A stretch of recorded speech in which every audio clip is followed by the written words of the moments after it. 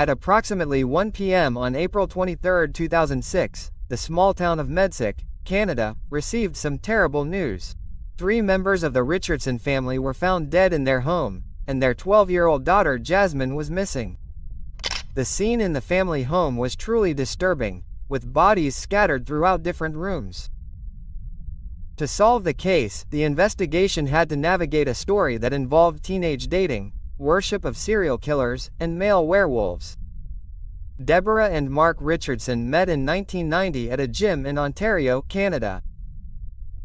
The gym offered special classes to help treat substance abuse. That was why Marc was there. He met Deborah and they began dating. They got married and bought a property in Medicine H. The couple's union resulted in the birth of their first daughter, Jasmine. 4 years later, they had a second son named Tyler. In 2006, the girl was 12 years old and the boy was 8.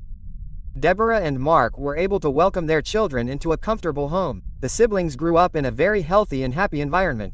They received support and attention from their parents and did not experience any traumatic events. Marc had already overcome his drug addiction and this did not affect the family. Both Jasmine and Tyler were described as very intelligent children. At the age of 11, the girl was already receiving honors at her school and stood out as one of the best in her class. It was at this time that things began to change. It is common for teenagers to go through more rebellious phases as they try to understand the world. The certainty that they know everything is used to test the reality around them. Most of the time, this phase passes, but some individuals prove to be more problematic than expected. Jasmine was one of these people. She had barely made it through the first decade of her life and already acted as if it were her last. The girl had 2 personalities, not because of a disorder, but by choice.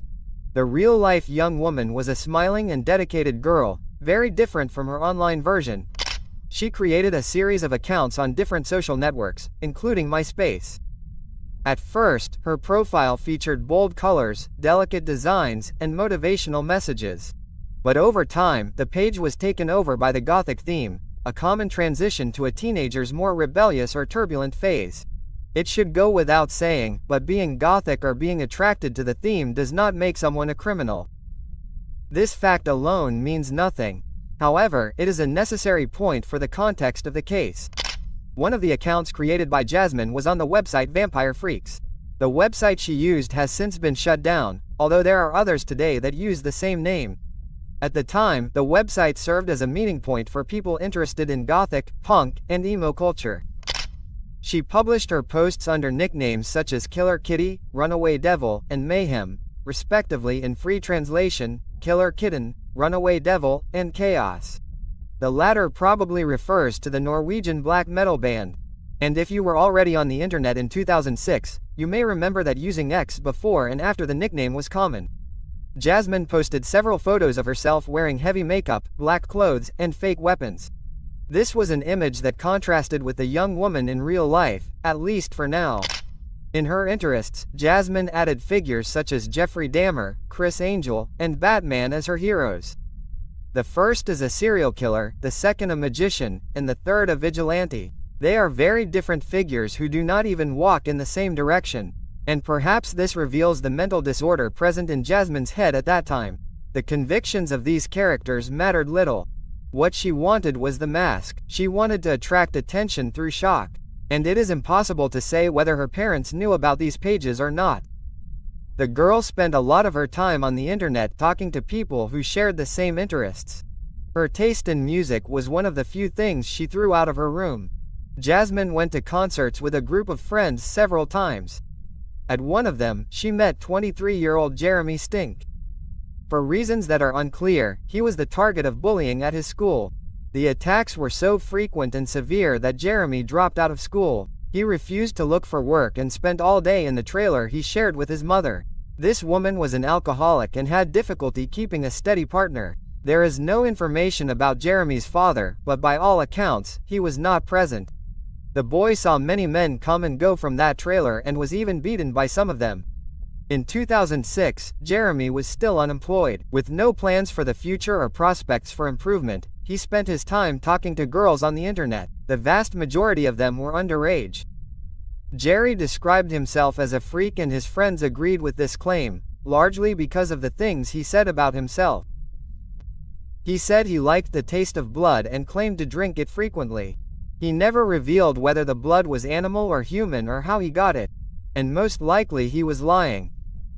He also held a small necklace-shaped container with red liquid that he said was blood, but in fact it was just colored water. He tried to pose as a mysterious vampire who could feel the bloodlust at any moment, but at the same time claimed to be a 300-year-old werewolf. However, Jeremy never melted or glowed in the sun, and the full moon never tore his clothes. He wanted to be everything at the same time and could not be anything. Perhaps he created these fantasies as a way to escape reality. The problem is that in cases like this it is essential for the individual to understand that it is just a fantasy. When this line between imagination and reality is broken, one must be careful. Jasmine and Jeremy met at a punk rock concert. At the time, the young woman lied about her age and said she was 15, which legally still makes her a minor. They added each other on different social networks and began chatting daily online. The interaction between the two became romantic and the messages exchanged were many. I will spare you the details and present one of them as an example. This text was written by Jeremy on March 8, 2006, at 2:36 p.m. He says he misses Jasmine a lot. He says how much he wishes they could be together to overwrite another song for her and says goodbye, hoping to see each other again soon. Living with Jeremy brought Jasmine's hidden personality to the surface. Her closet changed colors, her makeup became stronger and her behavior worsened. At first, her parents tried to support their daughter, as they always did. They believed that it was just a normal teenage phase and that it would soon pass. However, they became really worried when they found out about the relationship. Jasmine was only 12 years old and Jeremy's influence on her life did not seem healthy. He gave the young woman a necklace similar to his own. However, it contained real blood taken from Jeremy himself. The young woman's behavior worsened every day and her parents decided to take action. Realizing that she was in contact with Jeremy via the internet, they removed the computer from their daughter's room. Time passed and her behavior began to improve. After receiving positive feedback, they returned the computer. Deborah and Marc had a hard time punishing their children and rarely had to do so. Unfortunately, they didn't expect that contact between Jeremy and Jasmine would be re-established, even though it seems quite obvious to outsiders. And this return was even worse. Not only did the volume of messages exchanged between the two increase, but they also made efforts to hide the relationship, which made it difficult for Jasmine's parents to monitor it.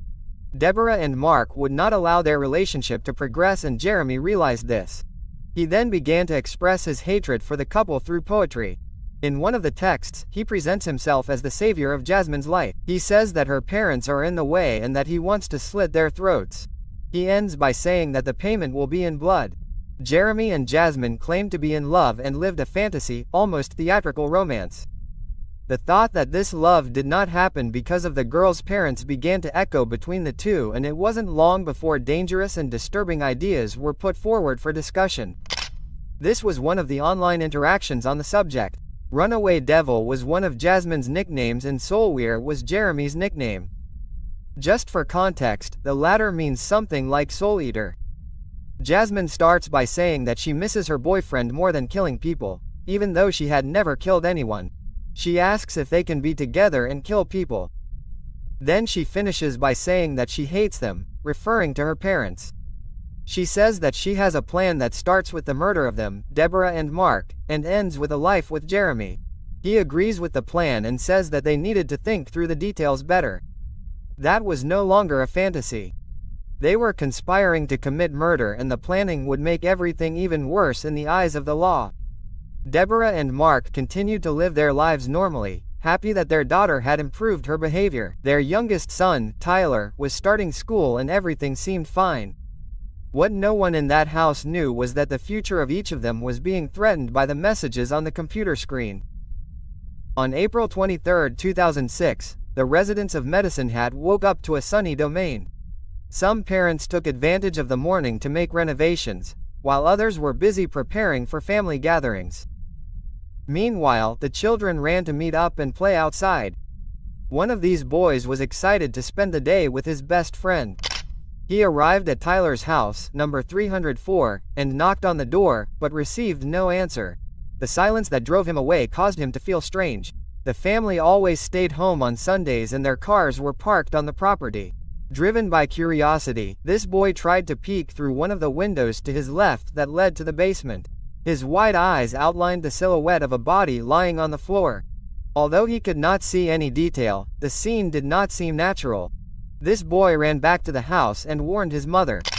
The police were called and the first patrol car arrived at approximately 1 p.m. The officer knocked on the door and announced his arrival, but received no answer. The door was unlocked and he entered. The officer found his way to the basement and his hand immediately went to the radio. Lying in a huge pool of blood were Jane Marc Richardson, 42, also known simply as Marc, and his wife Deborah, 48. Both had been dead for a long time. Deborah's body had 12 stab wounds. Marc had 24 lacerations and puncture wounds on his chest and back. Both had bled to death and the nightmare was not over yet. With backup and rescue personnel already on the way, the officer assumed combat position and continued to navigate the house. He reached the upper floor and found the body of Tyler Jacob, 8, on the bed. He was also already dead. The sheets and his stuffed animals that he always left on the bed were completely stained red. Tyler had been stabbed 5 times and had a large cut on his throat. Looking at the family photos scattered around the house, investigators realized that there were 4 members. However, only 3 bodies were found. The oldest daughter, Jasmine, was not among them. Today, with all the context and tragedy already committed, you know where this is going. But at the time, the police's first concern was finding the young woman. Kidnapping was a possibility and, if so, they had little time. The photo of the missing girl was released by the police, in the hope that the public would help find her, all while the forensics team tried to prove the theory of invasion and homicide followed by kidnapping. The detectives went to Jasmine's school and managed to access all the information, including the inside of her locker, and what they found there presented a very different scenario for the investigation. Among the school books and notebooks, they found some cartoon drawings. The illustration shows a happy family in Da Parkway. One of the members then goes to a car, takes gasoline and even sets fire to the parents and brother. This gave a different view of the young woman who went from missing to suspect. Jasmine's friends were questioned and the police found the girl's boyfriend, Jeremy Allen Steinke. The forensics team was able to collect important information from the family computer, including messages and emails exchanged between Jeremy and Jasmine. Given these messages, the investigation found the motive, despite Torp, who was only trying to locate and arrest the criminals. It is not clear what Jasmine and Jeremy's plan was to live together after the murders, and most likely there was none. They had no jobs, money or place to go. With the girl's photo plastered all over the newspapers, it was only a matter of time before she was found, and this happened just over 100 miles from the crime scene. The couple spent the hours following the attack telling friends how they had killed Jasmine's parents. They laughed as they told their colleagues the details. At first, everyone thought they were making some kind of joke, but when the case reached the media, one of these friends called the police. The couple was stopped at a gas station and arrested. Jeremy's vehicle, very similar to the one designed by Jasmine, was found in an isolated area amidst the vegetation. The murders took place on the night of the 22nd and the couple spent the night in that vehicle. And if there is something magical or mystical in this case, it is not vampires or werewolves. It is the interrogation room. The door seems to exert influence over eternal loves that dissolve in a matter of seconds. The fantasy did not fit in the police car and now Jeremy was faced with reality. An adult talking and getting involved with a minor to conspire and commit murder. Faced with a man with a badge, Jeremy claimed that he was manipulated by the 12-year-old girl. He confessed to having committed the murders, but said that it was Jessamine who begged him to do it. At the end of the hallway, the girl had a different story to tell. She described Jeremy as the only one guilty of the crimes. Regarding the messages, she said that she was just joking and that she would never do that. However, her boyfriend took it seriously and committed the murders, and this is where the importance of forensic work comes in. When there are 2 lines to the same story, it is the forensics that help to define the correct order of events. It is through this that we can distance one allegation while bringing another closer. This happens through a series of factors, such as fingerprints, genetic material and behavior patterns, among others. In this case, the investigation concluded that there were three versions: Jeremy's, Jasmine's, and the real one. During the night of April 22, 2006, Jasmine made it easier for Jeremy to enter the house without anyone noticing. This happened by giving the best time and disabling locks. Jasmine went upstairs while Jeremy went to the basement. The family's washing machine was there and Deborah was finishing unloading her daughter's clothes. When she turned around, she came face to face with Jeremy. He was holding a knife and was coming towards her. The scare was followed by a violent attack that ended in the woman's death. The screams woke Marc, who was sleeping in the room above. He went downstairs and went to the basement.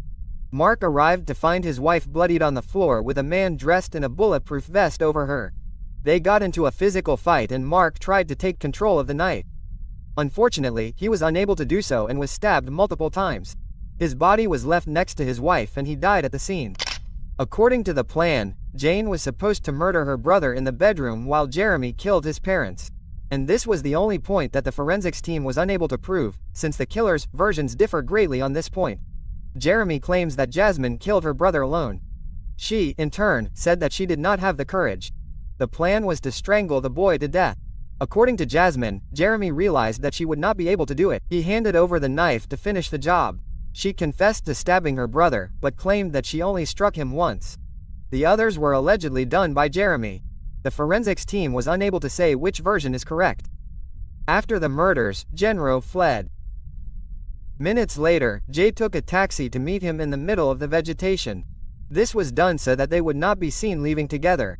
The taxi driver was located and gave a statement. He described Jasmine's behavior as normal. She was polite, smiled, and thanked him before leaving the vehicle.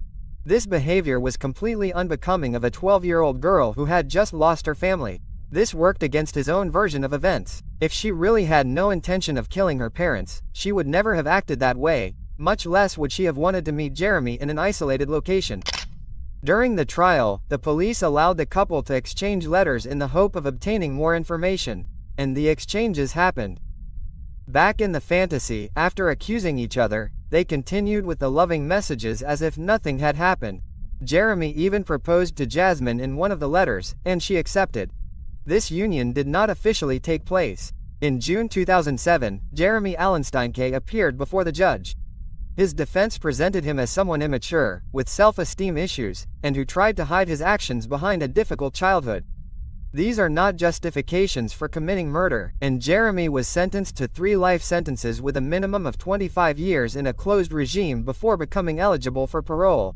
Jasmine Richardson was a minor at the time and her name was redacted during the trial. When referring to the young woman, the initials Junior were used.